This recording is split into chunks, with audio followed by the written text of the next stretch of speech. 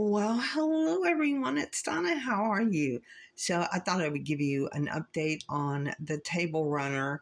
I've got all of the edge pieces on here now. It is laid out on the batting and the backing, which is this.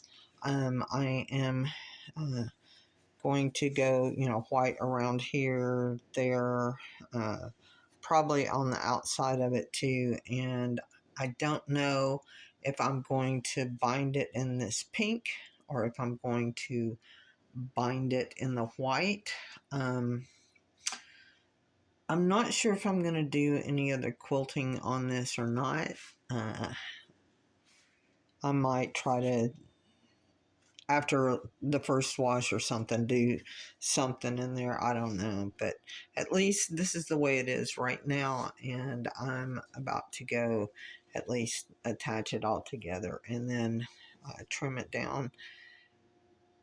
That's the status. So it's almost done. I will have it finished before Valentine's Day, and that's really the thing I wanted. So hope your projects are coming along just fine.